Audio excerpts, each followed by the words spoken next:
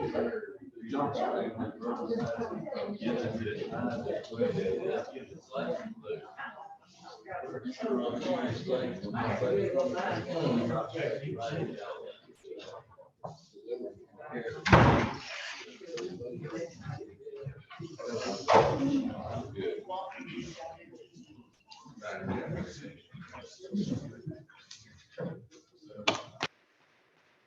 evening, ladies and gentlemen. Welcome to the second meeting of Lawrence County Council for September 2020. For the public's record, we are live. We do have members of the audience with us. I would encourage you to, if you can reach out and touch someone, please spread out. Try to observe social distancing as much as possible in this day and age that we are in. This time, I would ask you to please stand for the invocation provided by Councilwoman Anderson, followed by the Pledge of Allegiance. Let us pray. Our Heavenly Father, we thank you for this day, and we thank you for life, health, and strength, and we thank you for all the blessings you have bestowed on us. We also come this evening asking for your presence in our meeting as we make decisions concerning the citizens of this county. We ask that they be done in a way that will be pleasing in your sight. We ask forgiveness of our many sins. And when we leave this place, will you take each one of us back to our respective places? All this in your name. Amen. Amen. Attention, salute, pledge. I pledge allegiance to the flag of the United States of America and to the republic for which it stands, one nation, under God, indivisible, with liberty and justice for all. Please be seated, council. I will ask you to please turn on your microphone when you're speaking so that both the audience here can hear as well as online audience. Next is the approval of agenda. Before we do that, I would like to add under new business, letter E, approval of Highway 76/56 sewer upgrade with Lawrence County Water and Sewer Commission. Are there any other additions or deletions? Mr. Chairman, I'd like to ask a question about 8C. Has that been sent back to the planning committee? I think we will discuss that when we get to it tonight, Mr. Woods. I'm not sure. But if it hadn't been sent to the planning commission, I believe that needs to be put out of the agenda. Okay, I think people directly concerned with it should have been notified that we already put a moratorium on it. it was tabled as a council. I'm gonna take a point of preference as chairman and request Mr. Kamey to address that at this point before we discuss the agenda. Mr. Chairman, when was it tabled? Is that not the, not? We voted second on second reading on March the 10th this year. It just hasn't been brought back to us. My understanding is this is a revised version that was just being brought to us as a review. Honestly, it probably should be in all business anyways, but I don't believe we're even voting on it this evening. That's the way I understand it. It's just You're what now? I don't think we're voting on this evening. Somebody else can confirm that for me. But I believe we're just reviewing it, if I'm not mistaken. I thought it was a review. I went back and read, it was earlier last week that we asked to wait until the public could come and speak before us. Because at the time, we're not allowing the public in for council meetings. Is my memory correct on that? I think that's correct. It has second reading, and it's second reading, you'll vote on. We did have second reading. My recollection is we did have second reading, but then there was some discussion on changing the language dealing with buffers. Correct. And then after that's when COVID hit, I believe, and that's when Yes. the decision was made that we need to maybe wait until we get public participation. Yes.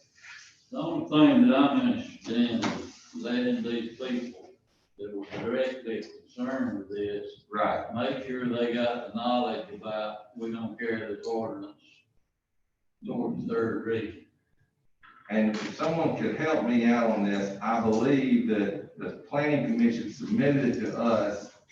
We had a, change in the amount of footage setback, if my memory is serving me correctly. That's correct, Mr. Chairman. That's correct, Mr. Chairman. It came from the planning commission. There was an amendment to some of the language in it. Right. And then once you said, like you said, once COVID hit, we decided to hold off until the public can join us if need be. Yeah, I don't think the direction, Mr. Wood, was to go back to the planning commission. If my memory serves me correct, someone else help me out here. Mr. Chairman, if I might, the matter was referred to my office to make a couple of changes in the setbacks and Right. some other minor things which we did. And it kind of got set on the side of the table because of COVID. And I was requested by Councilman McDaniel and Councilman Patterson to bring the revised version of the changes we had made so that council could see those tonight. There is no vote required tonight. All right. So, Mr. Wood, what we'll do is we'll leave it on and then we'll get into the discussion when we get there. And we will have the third reading coming up. Is that okay? Okay. All right, are there any others? There was a moratorium on February 25th. Can you speak in the microphone, Ms. Walsh? There was a moratorium approved on February 25th. That's the word I was looking for, not table. I apologize. Yeah, the moratorium was put on approval of new parks, is what we did. Yeah. Well, I'll make a motion to approve the approve the agenda as amended by the chairman. All right, there's a motion by Mr. Patterson. Is there a second? Second. Second by Mr. McDaniel. Any further discussion? Hearing none, all in favor signify by raising your right hand. Those opposed, like signs. Any abstentions? 6-0, 1 abstention, Mr. Wood abstaining. Next is approval of regular session minutes dated September the 8th, 2020. Is there a motion to approve the minutes as submitted? So moved. Motion by Mr. McDaniel. Second. Second by Mr. Carroll, I heard first. Any discussion, additions or deletions? Hearing none, all in favor signify by raising your right hand. 7-0. Next is a minutes from the county council committee as a whole, dated September the 8th, 2020. Is there a motion to approve the minutes as submitted? Mr. Chairman, I move for approval of the minutes from our September the 8th whole council meeting. Motion by Ms. Anderson. Is there a second? Second. Second by Mr. Carroll. Any discussions, additions, or deletions? Hearing none, all in favor signify by raising your right hand. 7-0. Next is report to council. This time I recognize Joey Avery, our emergency management director and E911 director. Mr. Avery.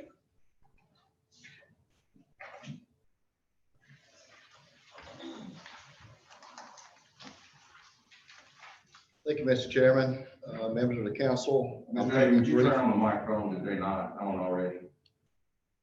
Thank you. I'll be brief in my update. According to DHEC report today, we had 739 new confirmed cases, 30 additional confirmed death. Yesterday, 5,160 tests were completed with a positive rate of 14.3. What I did also was put together a little packet. John, can you help me out here? Sure. I did this at the last minute because I'm always reading numbers out to the council. So I give you a little snapshot of what I look at every day on the DHEC website. Sort of breaks it down for the last 14 days. Got a little graph on the back. If you challenge me on some of the numbers, I'm really not ready to or prepared to answer those challenges because I saw some myself as I put this together. But that gives you a little snapshot of what has taken place in the last 14 days. On 9/17, we had a spike of 17 cases. 9/16, we had a spike of 11 cases. But in the meantime, we've been in the low numbers, single digit numbers for the last 14 days. Put a little graph there on the back for you to look at also. Just to give you some idea of what I look at. There's a lot of statistics out there. The big thing is that as of today, we had 5 new cases in the county. Clinton had 20 cases active. Lawrence had 25 cases active. We have a case load of 68 active cases in the county. We've had 0 deaths. But I must point out on 9/19, we did have a report of 2 deaths in the county, and they were elderly individuals. So the virus is still very active out there. We need to continue to wear a mask and the hand sanitizer, the appropriate things that we need to mitigate the virus. One of the big things is that as long as we have positive cases, we're going to have testing in the county. We just recently had a test at Chestnut Ridge. We had 78 people tested there. Tomorrow we will be at Joanna First Baptist Church in Joanna from 9 to 2. That will be Carolina Health. September the 30th, we'll be at the Lawrence Exchange Building from 9 to 1. And October the 7th, we'll be at Grayport from 9 to 1. And we'll be located in the parking lot adjacent to West Mill Street. And we're going to use that route as our traffic flow there. We also have testing that locations are TBA for the month of October. And you'll get more information on that. But we're still very active in the community and urging people to get tested. There is no cost for this test. It's drive through and very quick as far as the time goes to get from point A to point B to get completed. So with that said, we must do our individual preventive efforts in order to limit the spread throughout our county. Still asking the public to follow the preventive guidelines from CDC and SCDHEC. Wash your hands as often as you can. Avoid touching your eyes. Avoid close contact. People who are sick. When you're sick, stay home. Cover your face when you sneeze with a tissue, and refrain from handshaking. I think we've all gone from handshaking to elbow bumps and fist bumps, and that's a hard change for us to make, but I think we've accomplished that. I think the citizens have really done a great job out there in mitigating the virus spread. As you can see those numbers, we hope by our actions that those numbers continually to go down. That's not going to say that the virus is still not active, because it is active out there. So that's pretty much a summary of the update. Lisa will have the financial report for you, and I'll be glad to answer any questions at this time. Are there Yes. any questions, Mr. Avery? I do have, Yes, sir. for clarification, if a citizen goes to the community testing, one of the community testing sites, do they have to have an appointment, or can they just show No, up? sir, it's free, drive through, no appointment is needed. And how do they get the results, and what's the time frame to turn around?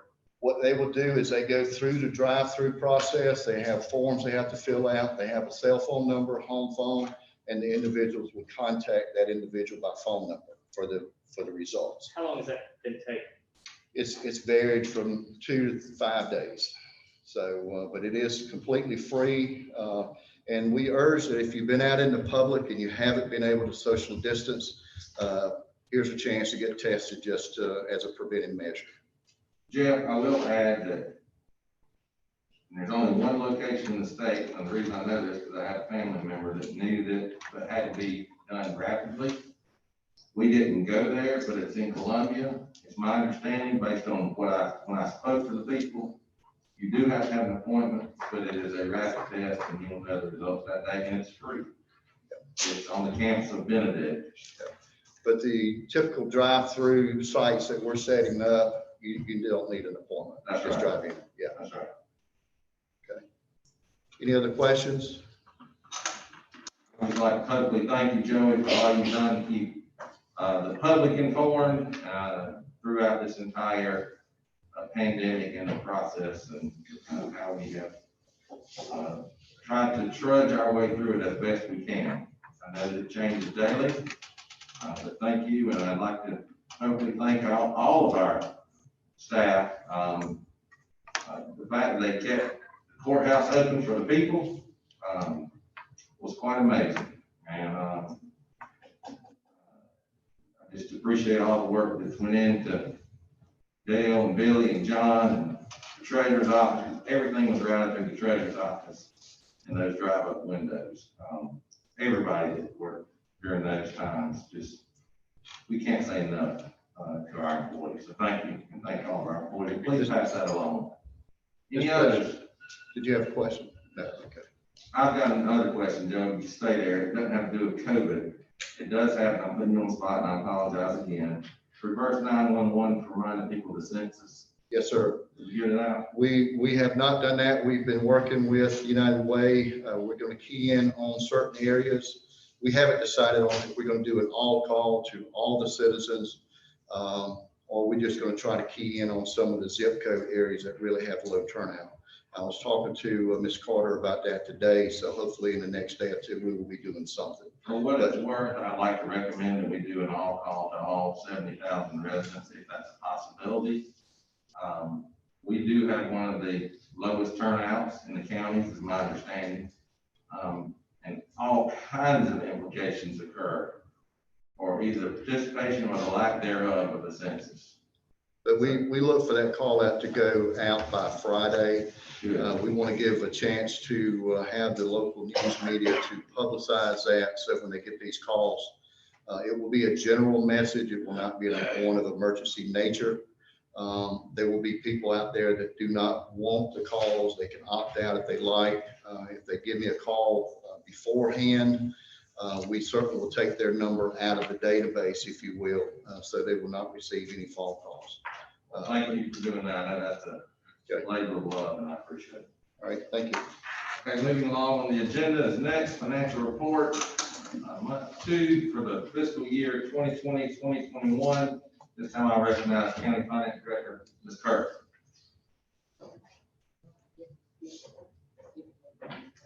Skip one. That's your next. Sorry.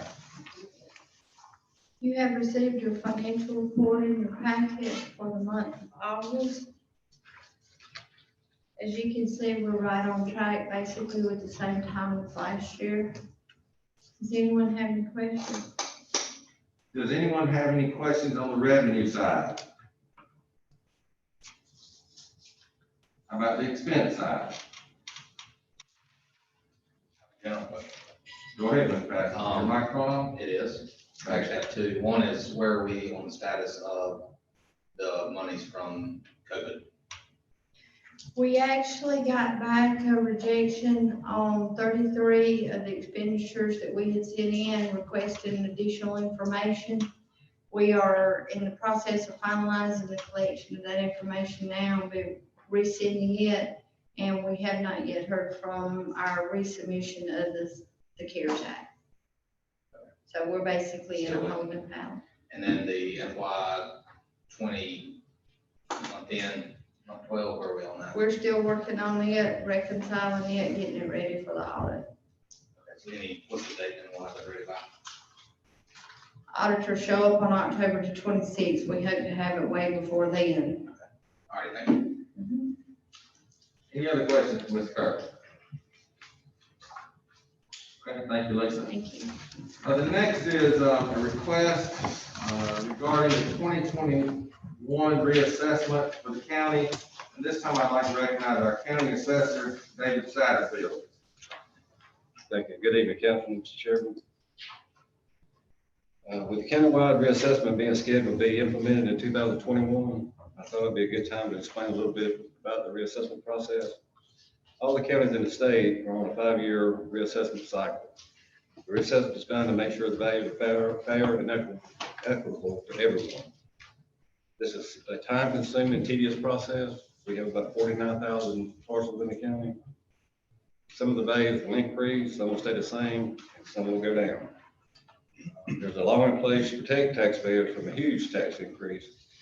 For example, if you paid $100,000 for your house 5 years ago, and market indicates that it's worth $200,000 this time around, you're protected by a 15% cap.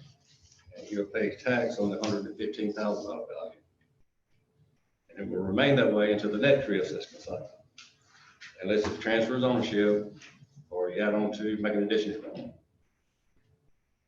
Once we reassess the whole entire county, that's the values that county and the administrator will have to work with.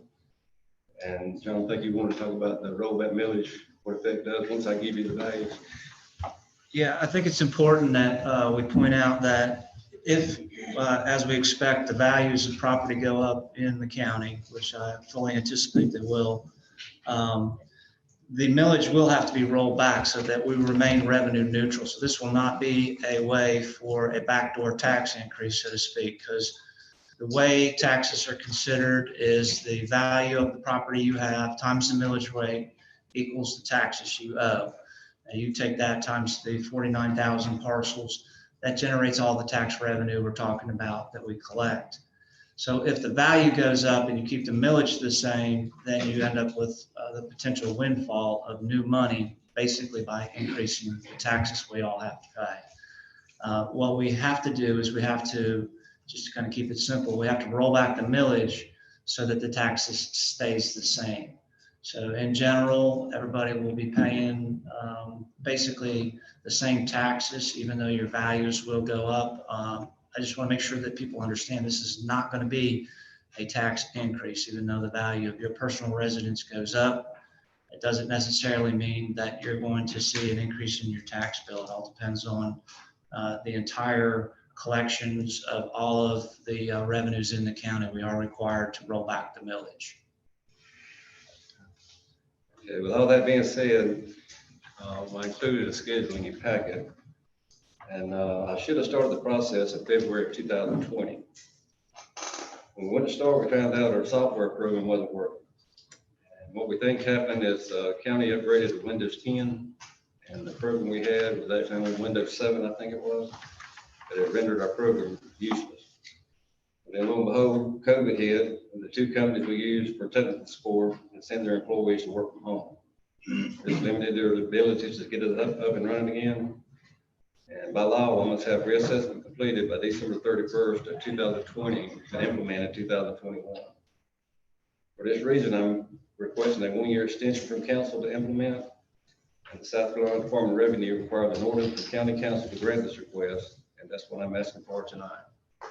Okay, ladies and gentlemen, you've heard the recommendation from the county assessor. Is there a motion to suspend the reassessment until the following year? I make a motion. Is there a second?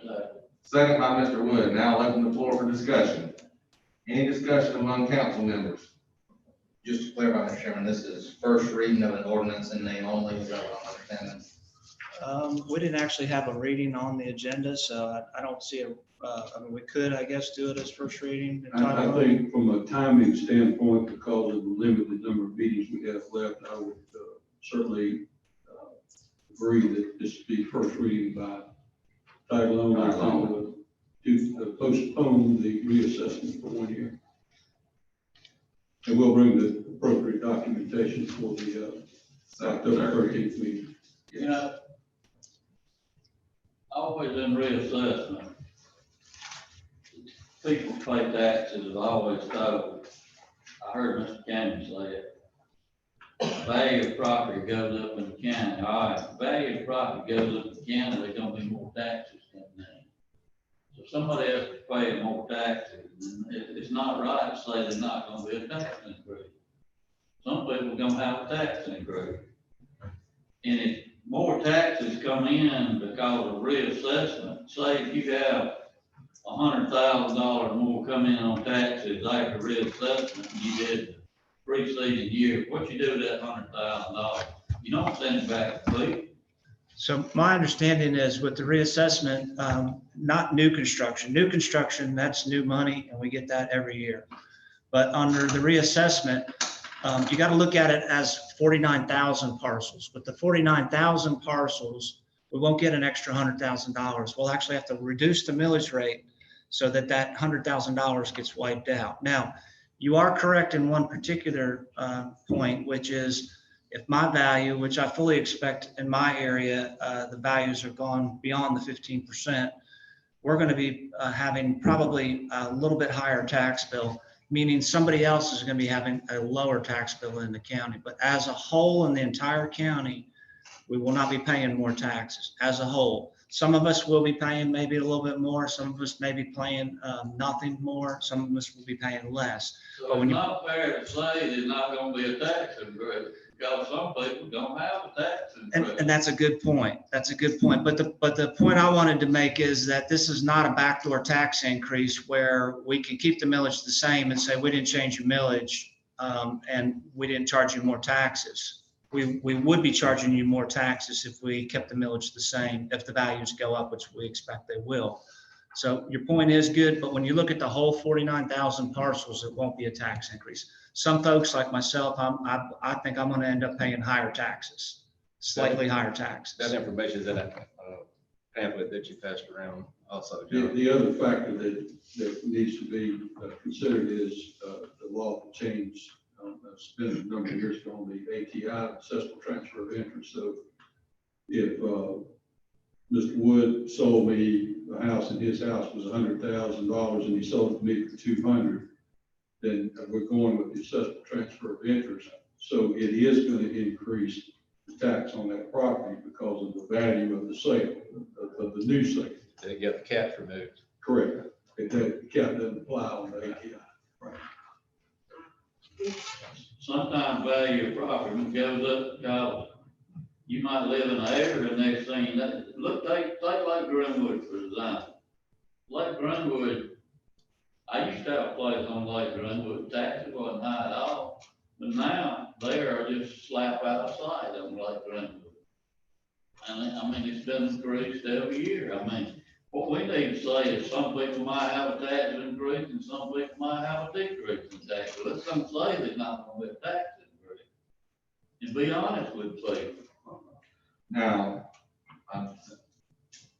to use your example, that second home on Lake Greenwood, the Act 388 of 2006 really stuck at the second homeowners and rental owners and those kinds of people. It was the primary residence people got a tax cut, but everything else got a tax increase for second homes and rental property.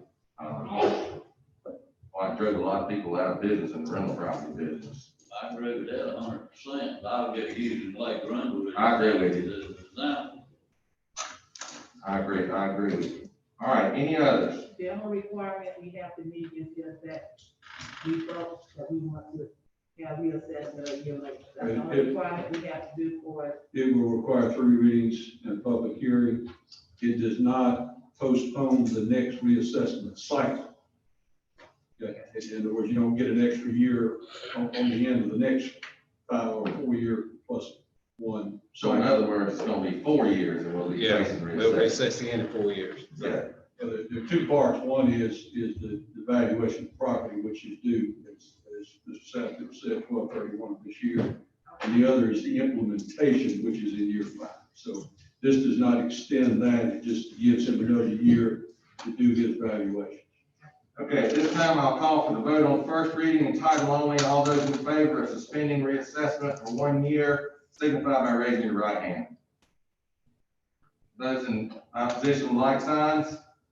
Abstentions, 6-0-1 with Councilmember Patterson abstaining. Thank you, David. Thank I'd you. like to tell Mr. Satterfield that I'm not gonna be on council next year, and I hadn't had a chance to talk to you, but I appreciate what you and your crew have done for this county. I've been in your office several times, and it's always been a very helpful situation when I'm in there, and I appreciate everything y'all do. Thank you for saying it. Thank you. That's one of the jobs no one would like to have, I don't think. All Moving into old business, fiscal year 2021 boards and commissions. I received an email or a text from Councilmember Patterson, I believe it was from you, Brown. And I thought it had some valid points. About the training? Yes. Okay, that was an email, that was to everybody. So everyone received it. But we've asked Mr. Crookshanks to give us a report, so I'll defer to Mr. Crookshanks, County Attorney, first. Thank you, Mr. Chairman. We reviewed all of the boards and commissions that Ms. Walsh had put together, and there were two recommendations that we sent to administration. One was the Construction Board of Appeals, which we feel could be consolidated into the functions of the Planning Commission, and the other was the Mobile Home Review Board. Mr. Bobo had some comments on that. That one, I think the comments he had dealt with more of a state issue, but any exceptions of that would be really could be dealt with through the Planning Commission. So it would be my recommendation. I think I sent council an email with regard to that those two be considered for consolidation. The others, I think, will have to stay as they are. And we're prepared, and I think Mr. Patterson made a good point. We're prepared to go forward with training, but there's no need to do training until we get full commissions and boards to train. So if it's into 2021, that's fine. We'll be glad to do that whenever council is ready to move forward. Okay, would you repeat for me one time? One was a mobile home. Mobile Home Review Board, and the other is the Construction Board of Appeals. And in my 27 years with the county, I don't think the Construction Board of Appeals has ever dealt with the matter.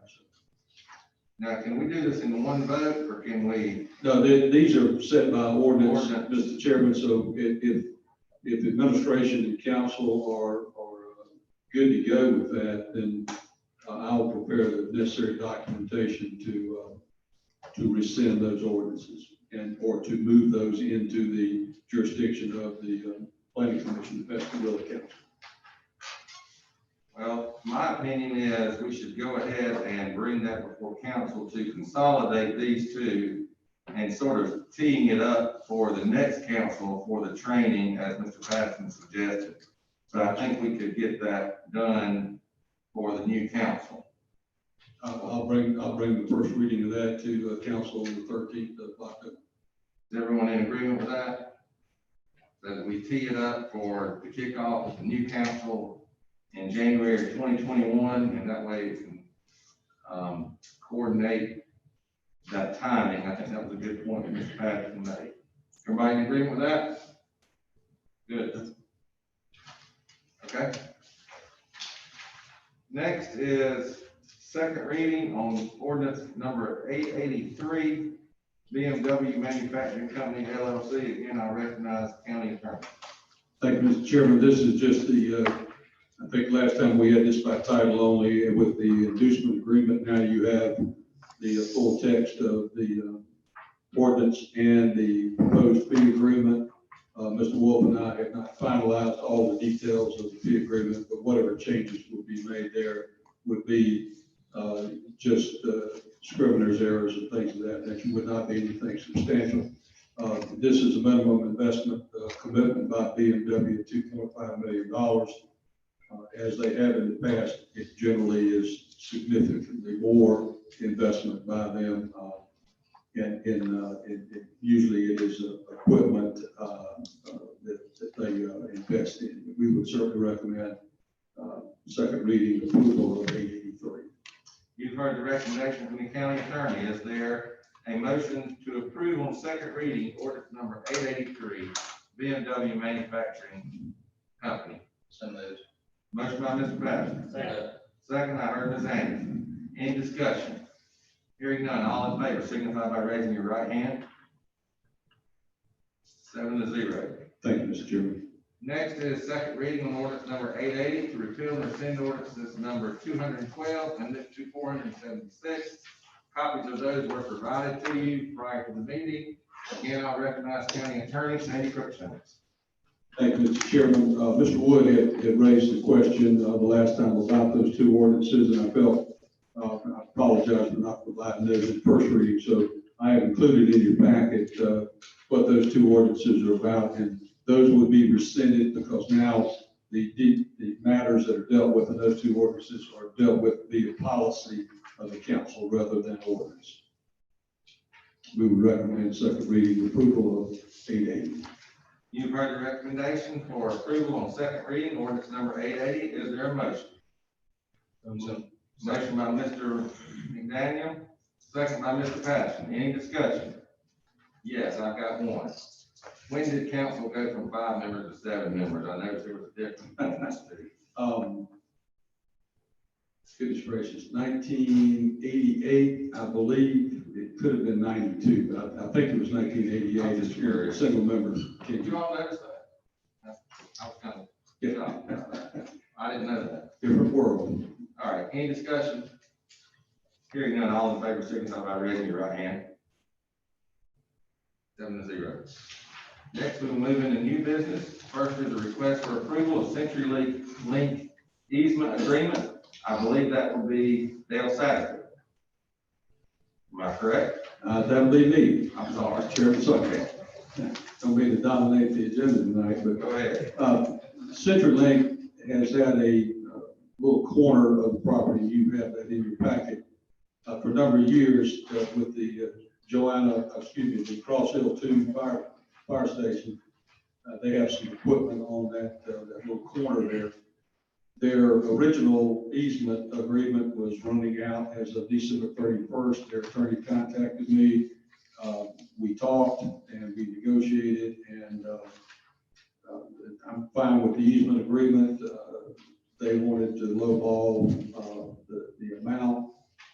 They finally agreed that they would make a $3,000 contribution, $1,500 for the easement and $1,500 for equipment to that particular station. So there is a financial benefit of $3,000 from CenturyLink, which would come in on or before December 31st of this year.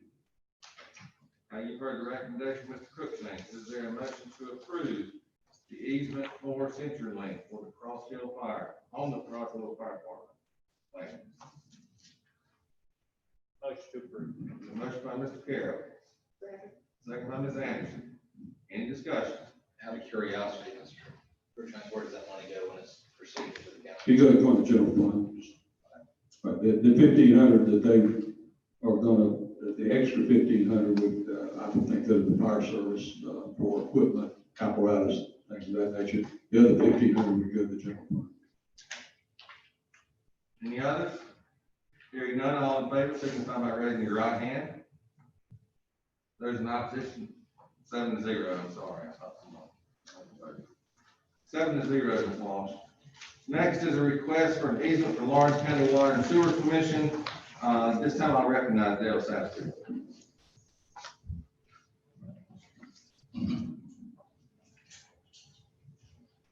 Thank you, Mr. Chairman. I'm glad Sandy jumped in on that previous one because I was beginning to stress. Sorry. That's okay. We have Mr. Field here with us tonight. As you know, Lawrence County Water and Sewer is in the process of constructing a new water plant as well as installing the transmission system for majority of the county to service water to the county. On Highway 221 South, in front of our Lawrence County Fire Station, they request an easement on the south side of 10 foot.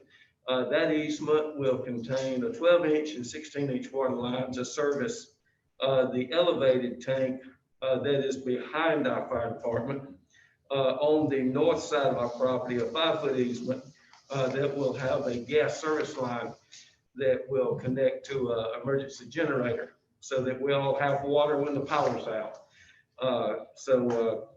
We are good with this easement. They have agreed to $1,500 for the easement, and we recommend its adoption. You heard the recommendation, Mr. Satterfield, and in your packet it says that Mr. Lindley, the Fire Services Coordinator, also recommends that. I don't see Greg here. Oh, he's in the back of that. Sorry, my eyes are not good. Greg, you're good with this? Yes. Good. Is there a motion to grant this easement at the amount of $1,500 to Lawrence County Water and Sewer Commission for the 10-foot easement as well as the 5-feet easement? Mr. Chairman, Yes. I did talk to Mr. Fields and tried to swap this out for that $37,000 for the water tap we have to pay. But to no avail, I will make the motion that we accept the $1,500. I want to bring that up. Is there still time to negotiate? All right, there's a motion by Mr. Patterson, is there a second? Second by Mr. Gods. Any discussion? Hearing none, all in favor, signify by raising your right hand. 7-0. I do want to say thank you to Lawrence County Water and Sewer Commission for all you're doing to improve the water in our county. It makes a big difference for people moving in and interest moving in, so thank y'all for all you do. Thank y'all very much. Next is an update for second reading on ordinance number 872. I'm trying to get to it. My back, sorry. Can I say something before we go? Yes, sir. Yes, sir. Go right ahead. I have some information on this. Back in February, we only had 5 members up here on council. I know Mr. Nash had died, and what was the other one? Who else was that? We didn't have- Stewart, maybe? Was Stewart out? Stewart Jones? Not this February. That might have been it. No, you were here. We only had 5 members of council present. First reading was brought up. Ms. Wood, I'm gonna stop you real quick. This February, all 7 of us were installed and sitting in these chairs. In February 25th, 2020, there was only 5 councilmen sitting up here by the minutes. There's only 5 people present, and that's by the minutes. Okay, first reading ordinance 872 came up. It was sent in here by the planning commission. I myself made a motion to approve it on first reading. Councilman Yant seconded it for discussion. And then there was an amended motion made by Councilman Patterson, requested that it be amended to 50 feet instead of 20 feet. And to leave the last sentence, properties owned by the same owner do not require setback compliance. Councilman Carroll seconded discussion.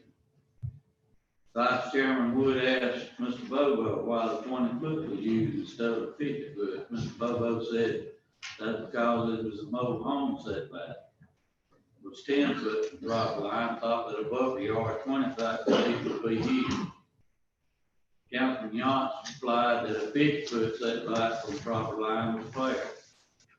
Mr. Patterson stated that council needs to keep in mind if a house was ever sold by a different owner. If you can understand what I'm reading, this was a mixed up situation. A call was made by the chairman for a vote addressing the earlier motion made by Vice Chairman Wood. The vote was 3-2 with Pitts and myself in opposition because I don't know why. A call was made by the chairman for a motion of the ordinance with amended changes. And it was made, Vice Chairman Wood and Councilman Yance agreed to withdraw their original motion. A new motion was made by Councilman Carroll to accept a recommended 50-foot setback. And the deletion of the last sentence paragraph is seconded by myself.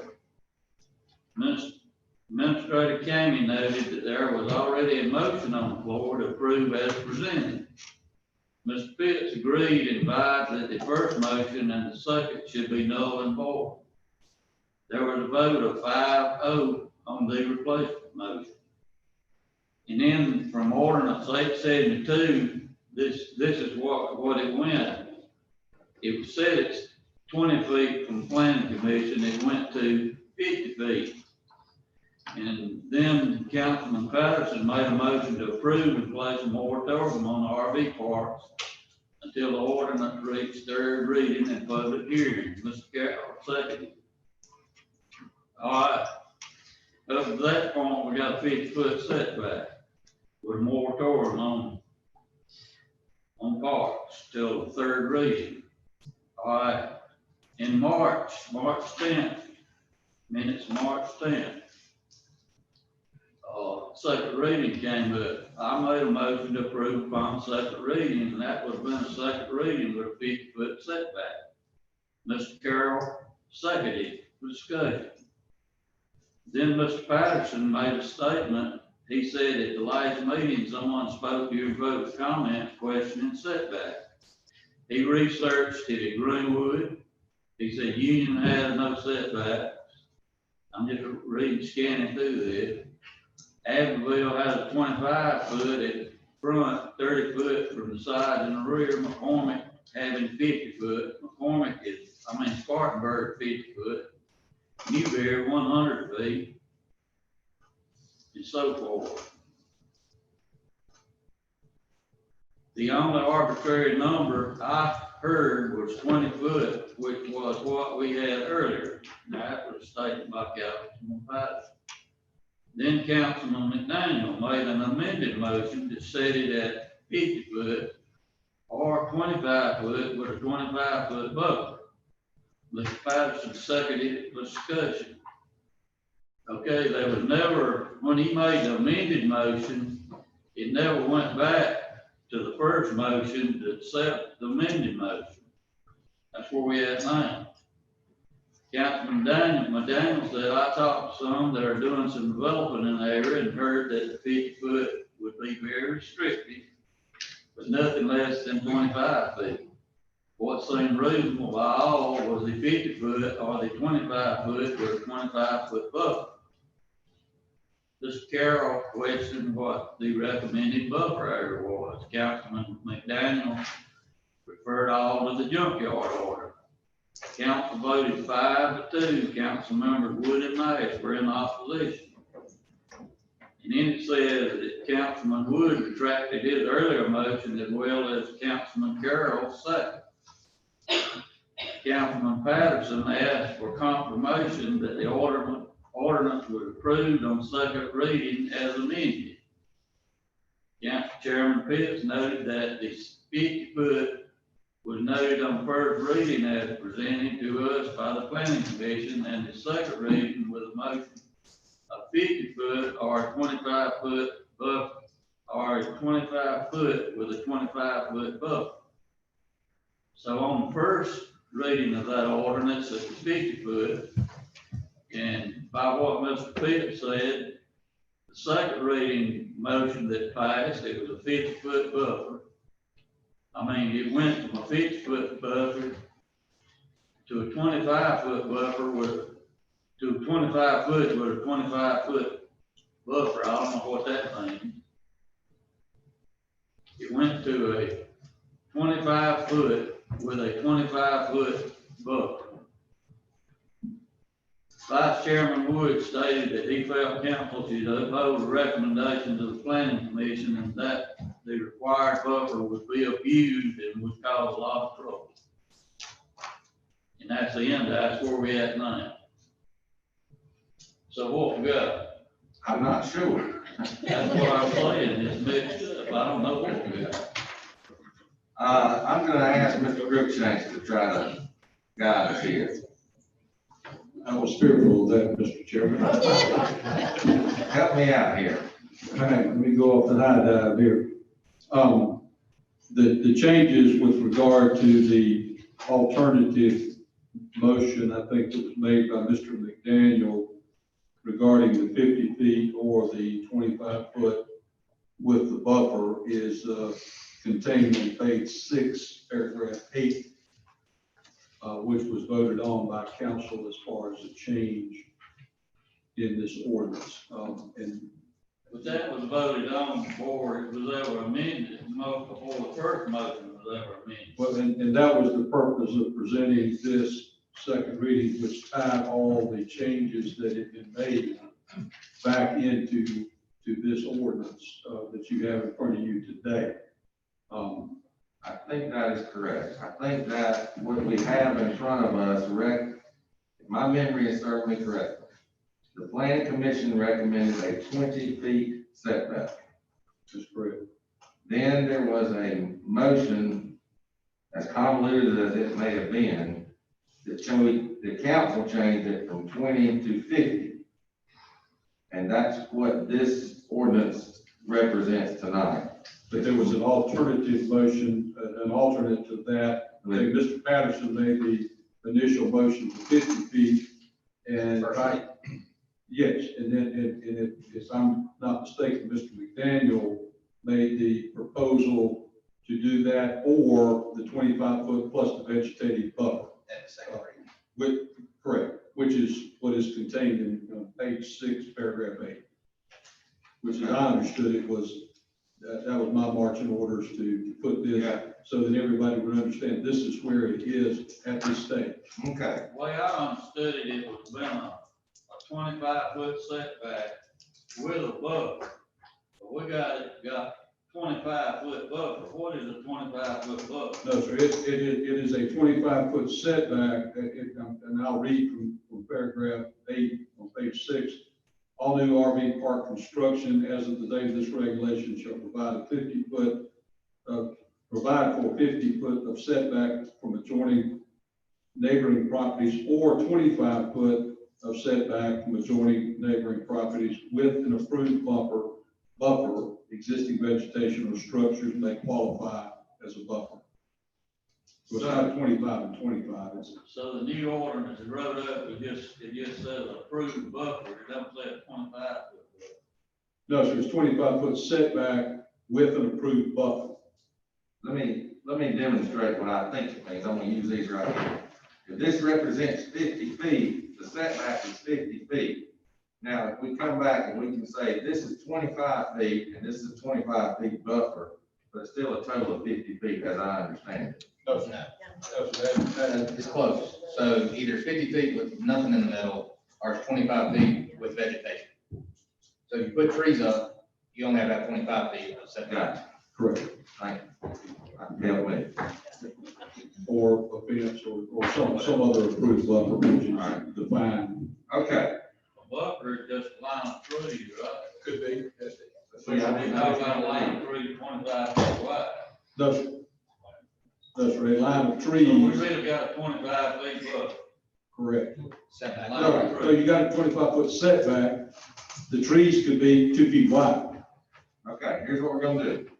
I'm gonna call for a motion and to get it on the table to discuss it. So is there a motion to approve on ordinance number 872 on second reading? Is it 872? We've already approved second reading, Mr. Chairman. We would not vote on it. Point of order. That's what they said before we even got started. It's on the very last page. It says it was approved Don't on. ask, would it be voted on, and everybody said, no, it would not be voted on, because we can't pull up something and vote on it. We've already voted on second reading.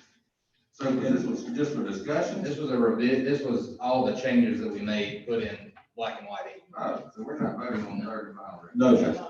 No, the third and final reading would be. I don't need a motion. October 30th. All right, so now that I'm, thanks to my model here, I went to school tonight, thank you. Well, I don't understand. I know the people that's interested in this don't understand. Well, and since we're discussing We it, got a 25-foot buffer, we got a 50-foot buffer. Which one we got? We have 50 feet setback or 25-foot setback with some kind of screen inside. So you can reduce that 50 foot down to 25 feet as long as you put a fence up and you got some kind of buffer up, and that buffer has to be approved by the planning commission, the way I read that. 25 feet of buffer. You can shorten it. That's correct. As long as you got something there to screen out your neighbors within that 25 feet. I feel like I owe this responsibility to a constituent who sent this to me today. And this is what they said, and I'm assuming this is a campground owner. And I had not thought about it until he sent it. The 50 feet setback is excessive for lakefront campsites. Then he said, I'm not sure about this one, can we exclude state and local government property? I'm not sure why we do that. But I do concur that a 50 feet setback from lakefront campsites would be excessive. If you go to a campground, you want to be on the lakefront, you want to be on the lakefront, not 50 feet away from it. So Mr. Chairman, I'm just bringing it up. I would be inclined to agree, and they also can request a variance when they file for their permit. And I would encourage the planning commission to grant that when it gets applied for. Good point. I'll pass that along to the constituents. Any other discussion? And I do appreciate the discussion because I didn't understand it either, Mr. Wood. Any others? Comments? Hearing none, we'll move forward. Just to be clear, we are clear to move forward with the third and final with this language. That's really what we wanted to do, was that paragraph 8 on page 6, just make sure that we're all in agreement with that. If there needs to be any tweaks prior to the third and final, that's the input we would like to see this evening. Yes, bring it forward for the next meeting, third reading. We'll vote it up or down. Okay? Does Mr. Bobo understand it? Yes, sir. That's correct. Okay? The intent of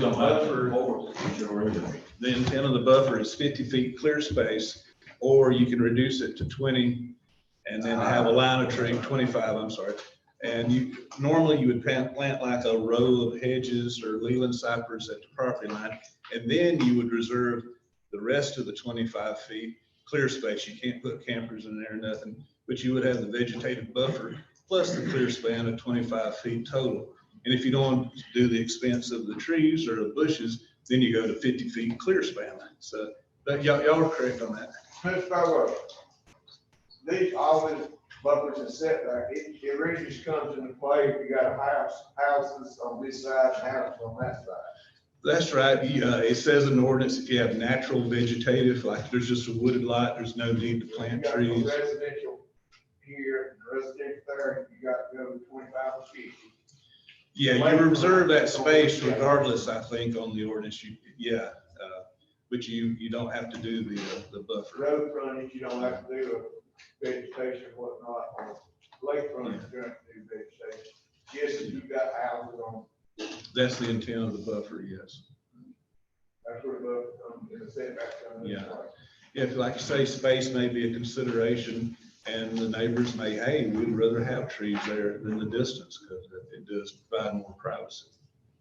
Well, Mr. Yance just brought up a point that he just said that you don't have to have the setback on lakefront. Is that correct? The setback is not geographically specific, it's countywide, so. That's not what I'm asking. No, The on lakefront. No, on lakefront, that would be correct. That may be a interpretation that's not very clear. It's maybe a little bit vague, but lakefront, So there's no reason to require buffer. variance. Not on lakefront nor on the road frontage. What you're really buffering is that impact to your adjacent neighbors. I agree with Mr. Yance on that. Well, Stay it from the front. was a question on the lakefront, when it first come up, if I'm right. The RV park owners, and I don't blame them. They didn't like the idea of having to put a fence or anything up between, the houses and the lake. Yes, Which, I go with that. sure. If you all recall, this came about because of a proposed Yeah. campground, basically in the middle of a residential subdivision. Some folks that gave some passionate speeches here about their parents who had retired and were living there, and now they're going to have a campground basically right outside their kitchen window. That's what's caused us to begin going down this path of putting up buffers. So the intent is not to block this thing off. Now, junkyard's a little bit different. Junkyard, we do require them to fence it off because we want to kind of create that visual screen on all sides. And security. Now, with this, the intent is with those neighbors, and this is what got us going on this path to begin with. We didn't just decide we're going to start making some new regulations on RV parks. So to have a buffer between the campground and the lakefront, there's no need for that buffer. It would just be simply a buffer between that campground and the adjacent landowners. Yes, buffers are intended for neighbors. It's not intended for a body of water. So, yeah. Sounds good to me. Thank you, Ken, for clarifying that. Yeah, that's a good point. But yeah, the lake wouldn't be considered a neighbor if that's an entity. So it's intended for neighbors. Okay. All right. Thank you, Chuck. If Chuck takes his seat, I would like to say thank you. I had a little issue down neighborhood down where I live, still having issues. And I will just say again, for the umpteenth time. If we had countywide zoning, we wouldn't have the issues that we're having down there.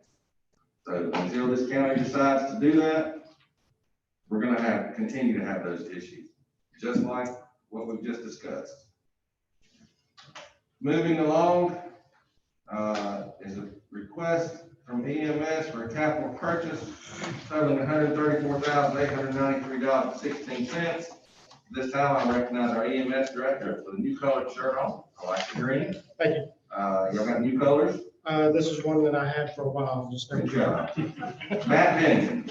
Okay, so what you have in your pack is a request, obviously outside of the budget process, but this was information that I wasn't aware of during the normal budget process.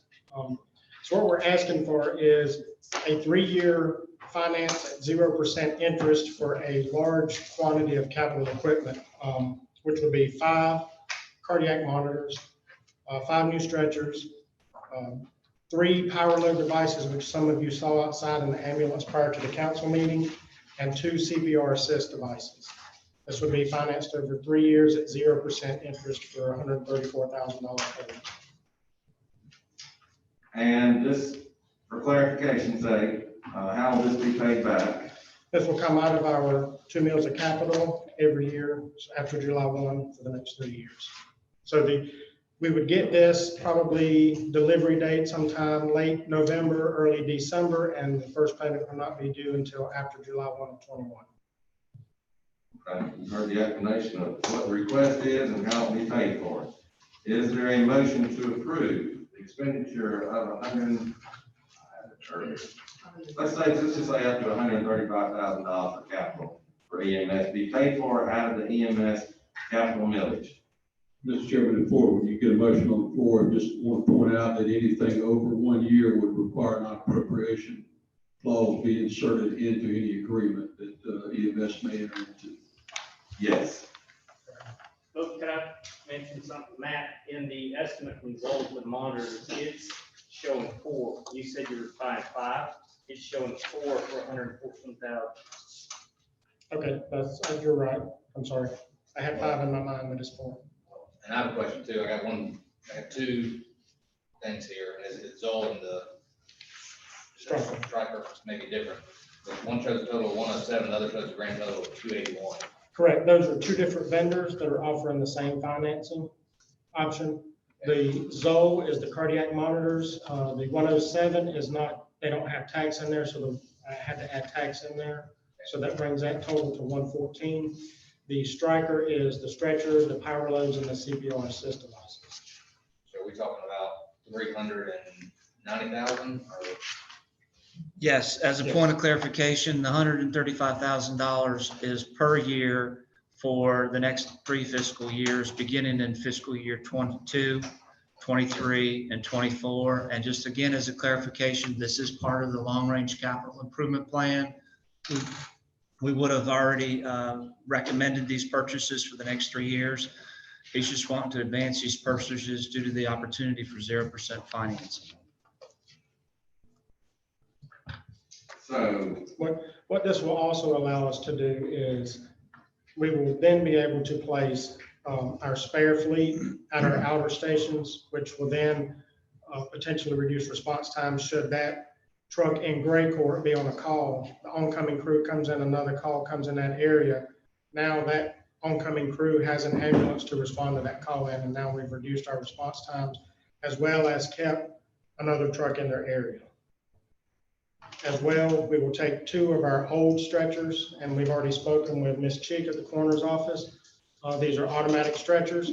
They'll be a lot easier for their loading and unloading of their deceased patients, and they'll be willing to take 2 of their stretchers that will ease the load on them as well.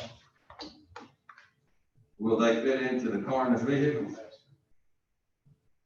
Well, I would say that's a good use of old equipment. And 2 of the other old power loads are being traded in, as well as 4 old cardiac monitors.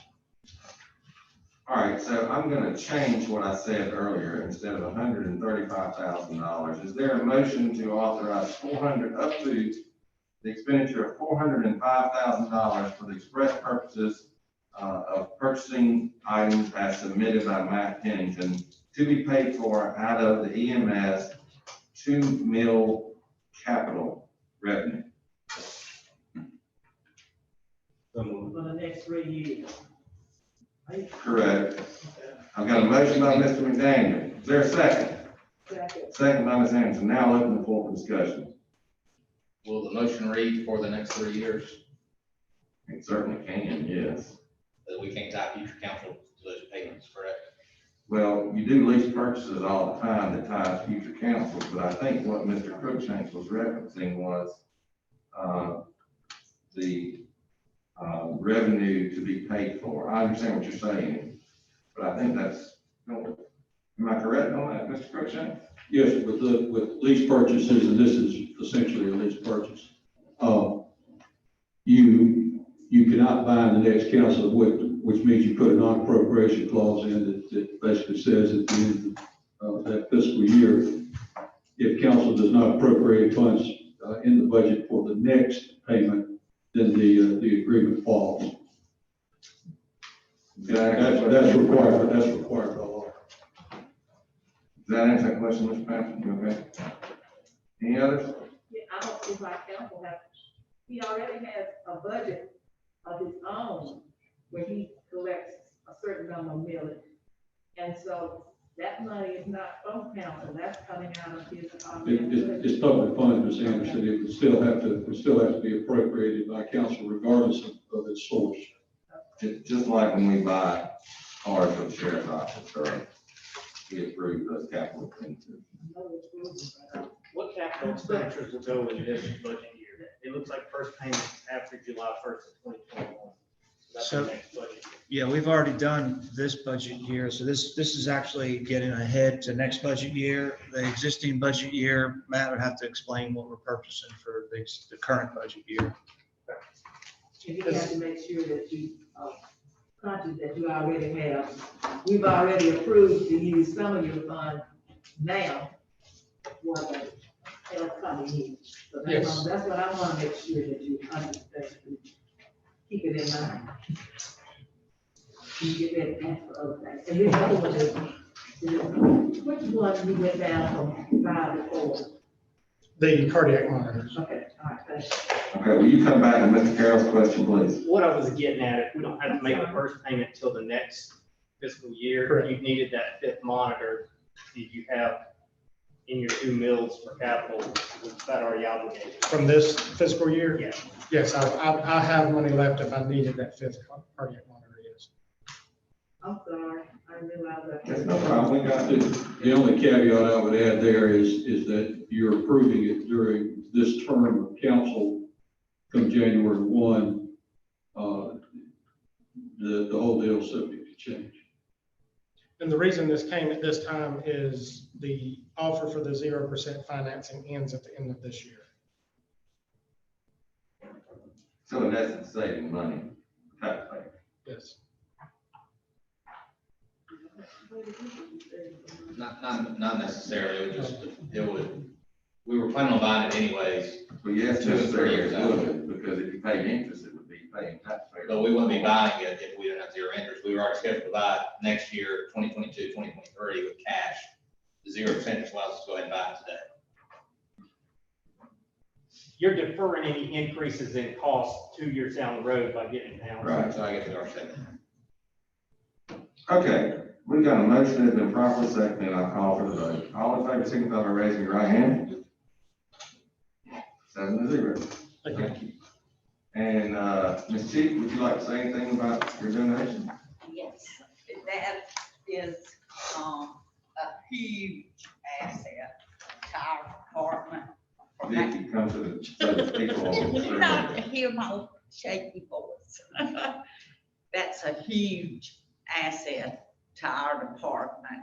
And Matt knows what our little gurneys do. And my staff, everybody's here but one. We thank him for the generous donation. Thank you, Matt. You're welcome. Thank you. Okay.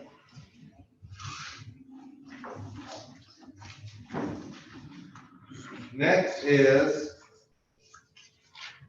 the added agenda item, and that is the announcement as well as the request for this council to approve the signature to accept a grant in the amount of $715,000 to upgrade the sewer at Highway 76 and 56 in Clinton. Jeff Field, if you're still here, if you would like to come before council and address that at this time, I certainly welcome you.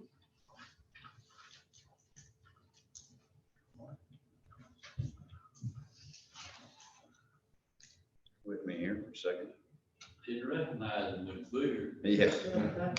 In fact, he lost about a whole bunch of weight. Yeah, so we have, thank you, Mr. Chairman, members of council. This is a community development block grant administered through the Upper Savannah Council of Governments. I'd like to thank John and Lisa for their support. We have been fortunate to be successful in these type of grant programs for many years. We have to apply through county council as a special purpose district or a local form of government. There's a local match requirement that we will cover that typically for engineering. But the project in question is a significant replacement of what we call our A sewer lines that serve the city of Clinton.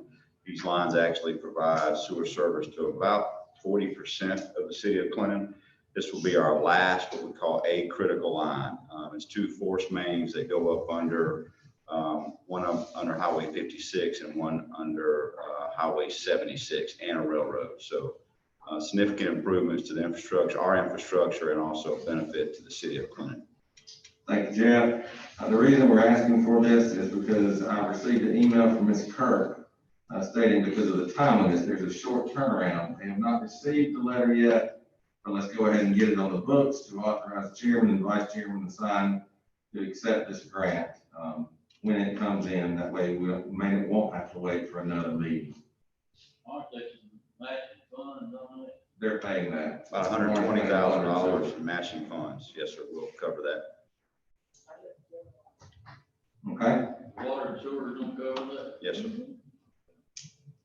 All right. Y'all moving right along with that water plant. Yep.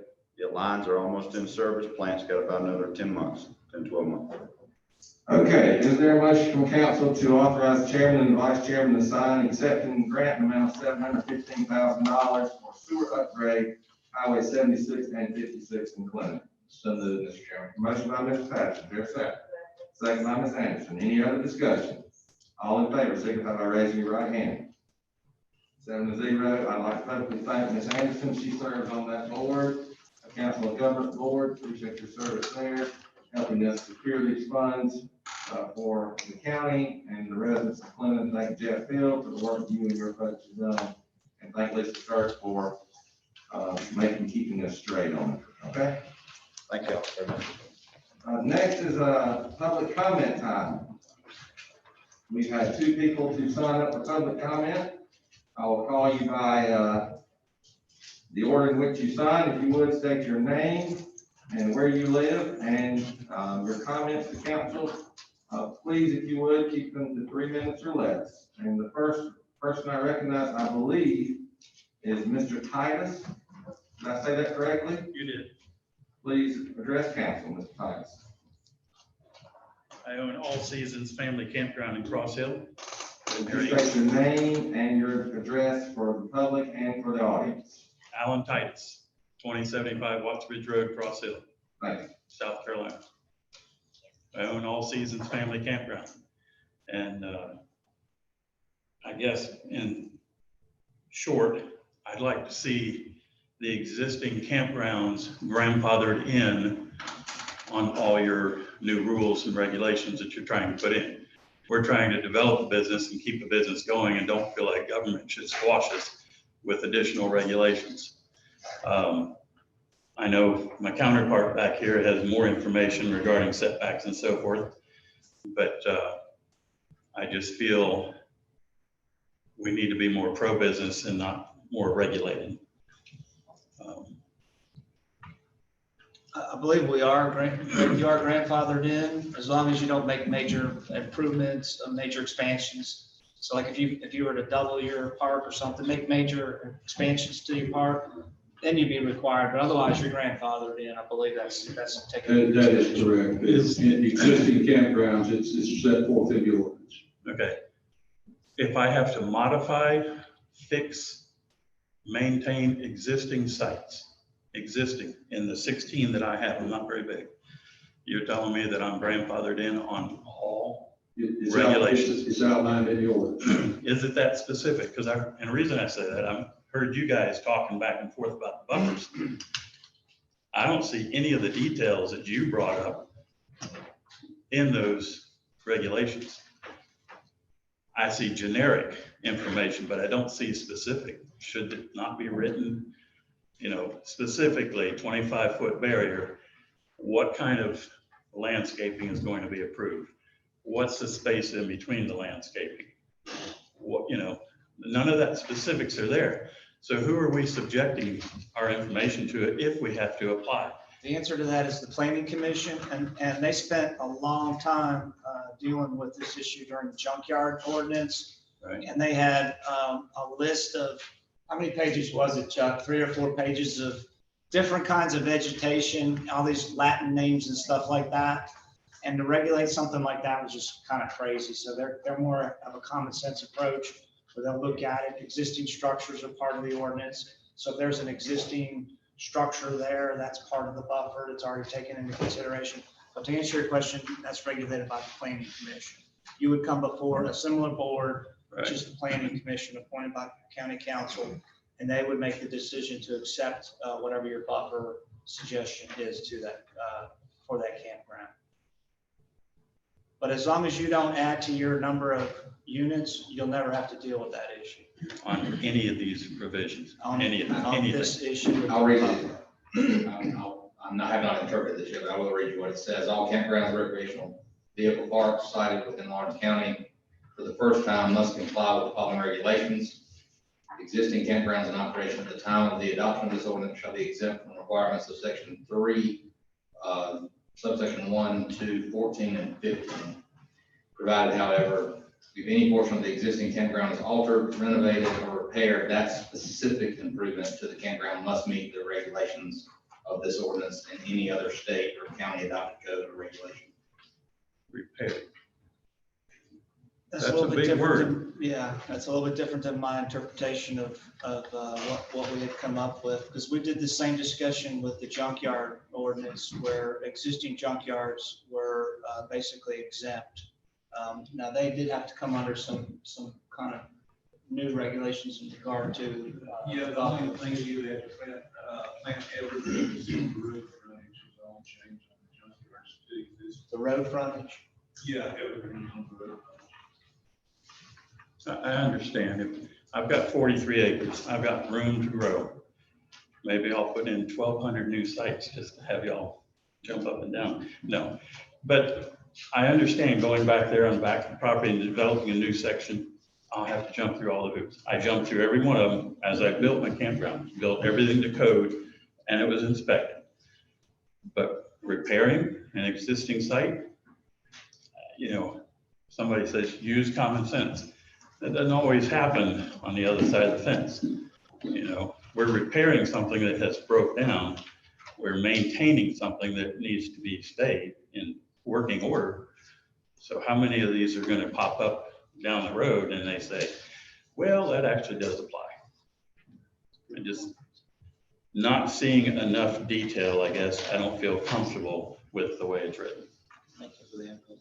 So, and then all the questions that these two guys threw back and forth, somewhere along the line, it seems to me we should have a copy of that.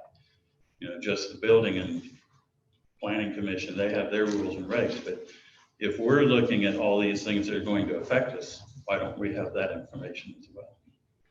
Are you referencing the proposed ordinance? The whole thing. Yes, isn't that online? It is. The ordinances. It would be in the agenda packet. It would not be online because it ain't been passed yet, but you're welcome to have this copy. I printed off something off the computer. Here, this is the one the council addressed tonight. You can have that. I'm pretty sure I have that. Okay, well, in case you don't, you have it now. Thank you. Yes, sir. Okay, thank you, Mr. Tice. Thank you. Next is Mr. Hobby. He would come before council, state your first and last name, your address, and your concerns. My name is Michael Hobby. I live at 1316 Amber Hill Circle, Cross Hill. I own Moon Landing RV Park and Lighthouse RV Park on Lake Greenwood. I'd like to address a few things, and I'd like to first of all start with Mr. Wood. Thank you for trying to help with the clarification on the reading of the second reading. It is confusing, and I may differ with council, and that when I read the minutes of March 10th, I see that Mr. Wood revoked his motion, and the second was motion. The vote was on the changes to the ordinance, but not on the actual reading of the ordinance. The back page of the rereading states that it was approved on March 10th for the second reading, but the minutes don't state that the motion included the reading of the second reading. It gets even more complex with Ms. Anderson. Ms. Anderson on the 28th of April tabled this, and it was passed and it was tabled. Have we pulled it off the table? Did I miss that? Or is it still off the table? There is a mistake in reference to excluding the existing campgrounds. If you look at the specifics on page 3, campground requirements applicability 1.3, it specifically states that the existing campgrounds are I'm using my words, exempted for sections 3, 1, 2, 14, and 16. The existing campgrounds must comply with the other sections of this regulation, including the National Electric Code, which is on page 9, paragraph 19, subparagraph C. They are not exempted as is stated for the entire ordinance and the entire regulation.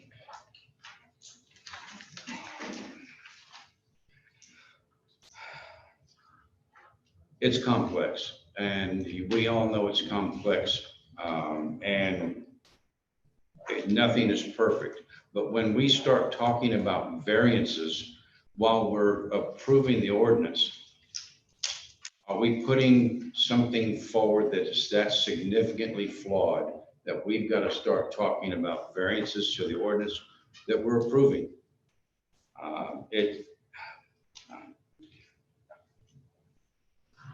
I don't have a good answer. I'm just a little bit frustrated. And Mr. Pitts, God bless you, but you talk about land use planning and county zoning, but we're not using the planning commission. We're trying to use land use planning and zoning and ordinance writing at the county council level. We're not adequately using or combining the existing planning commission that we have. We can do better than this, and we can do better than this than having a flawed document going forward right now, supposedly to a third reading. Thank you. Thank you, Mr. Hobby. Mr. Crookshanks, I would ask you if you would, from a legalistic standpoint, if you would check the minutes as Mr. Hobby noted, as well as if in fact this motion or this ordinance had been tabled. And then the last thing Mr. Hobby stated that concerns me the most is, and I'm reading exactly what he's reading, the adoption of this ordinance shall be exempt from the requirements of section 3, 1, 2, 4, 1, 2, 14, and 15. So I'm assuming that sections 3, 4, 5, 6, 7, 8, 9, 10, 11, 12, 13 are not exempt. Is that correct? I'll be glad to review that. That was the language that came straight from the planning commission. Okay, if you'll just Yes, sir. I'll be glad follow to. up with that, Be happy to.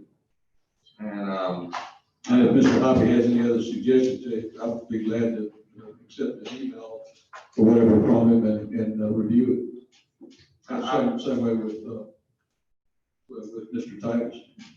I can't speak for other council members, they will have the option to speak, but I can, tell you that from my vantage point, it was certainly not to be anti-business or anti-existing campgrounds. I think the end, we all know what the end in mind was. It was the means by which we get there. And it certainly was not the intent of this council, and I think I can speak on behalf of all seven of us, to harm or hinder existing campgrounds. But I'd be glad to let other council members speak if you would like to at this time, regarding that. Only thing I'll say, Mr. Chairman, is it was approved on second reading, which is why in the minutes I asked for that clarification. I would not have asked for it otherwise. And there is, I'm sure Ms. Walsh has her tape recording, and there is video evidence of the meeting, which I have reviewed 2 months ago, and it was approved on second reading. But was it ever tabled? I'd have to go back and look at that meeting. Okay, I mean, we need to fix that. I know we're not supposed to use the word fix, but I agree, it needs to be fixed. Yeah, according, I just pulled the minutes up from the meeting that Mr. Hobby had referenced, and it was tabled with a 4-3 vote. Okay. Next is county council comments. I'll begin my right, your left, Mr. Carroll. Nothing, Mr. Chairman. Mr. McDaniel. Nothing tonight. Ms. Anderson. Nothing. Mr. Wood. I have to say, I know I got a little a little while ago about this RV park thing, but I was confused, and if I don't understand something, I'm gonna ask questions, and if I felt like if I was confused, the people involved and people that this thing's gonna involve, I knew they didn't understand it either, you know, that's why I wanted to try to clarify some stuff before we went forward with the thing, and, that was my point. Thank you, Mr. Chairman. Mr. Yance. Yeah, I like to pass around some hats on the back. We've had a lot of rain. I've had several calls with my district about the shoulders of the road just getting rough. And I know Mr. Southfield and them doing all they do, but they've done some good catch-up work for me. Got me some pats on the back, but I need to pass some pats on the back off of them. Maybe you can pass me some of the pats on the back. I'm up for re-election. Mr. Patterson. I just want to thank Mr. Titus and Mr. Hobby for speaking. There's not a single soul up here, I would say, it's an expert on RV parks. A lot of things we deal with, none of us are experts on. We don't know everything. We appreciate feedback from the community.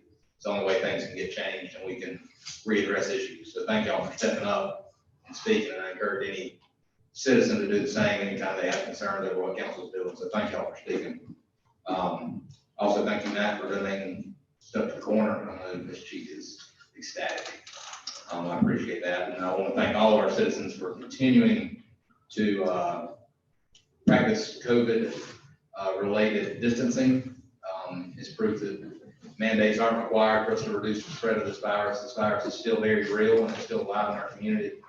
And I appreciate all those who are doing their due diligence to encourage that spread lessons. So thank you.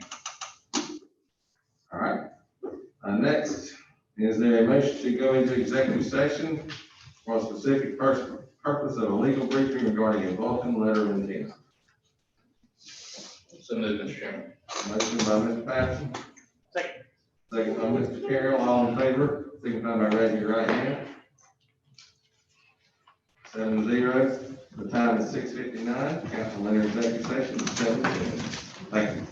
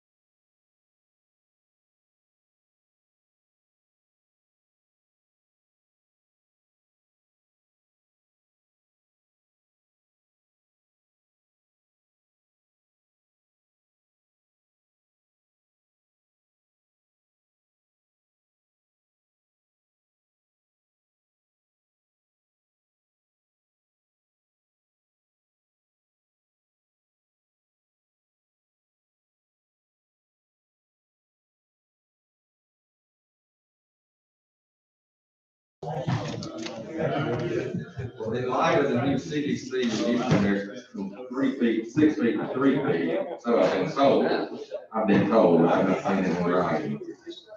Tammy, are we back on? You gotta wave. She wants you to wave. Oh. Why?